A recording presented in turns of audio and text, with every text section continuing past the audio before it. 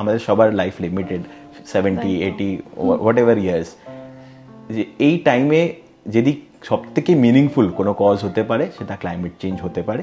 কেন এটা যদি আমরা টাইমে কাজ না করি তারপরে আমাদের এই পৃথিবীতে এক্সিস্টেন্সই থাকবে না। So whole of humanity is at threat.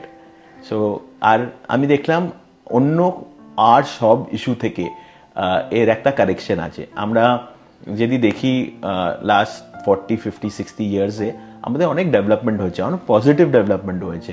আগে হয়তো একটা ছোট রোগ হলে মানুষ আর বাঁচত না, লংজিটিভিটি হয়েছে লাইফের। ছোট বাচ্চারা আন্ডার 5 যে মর্টালিটি রেট ছিল সেটা অনেকটা এখন কন্ট্রোলে এসেছে, খুব এটা হয়েছে। কিন্তু যদি ক্লাইমেট চেঞ্জ এমনি প্রগ্রেস করতে থাকে, আমরা যতটা ডেভেলপমেন্ট করেছি আরো বেশি পিছিয়ে যেতে পারি।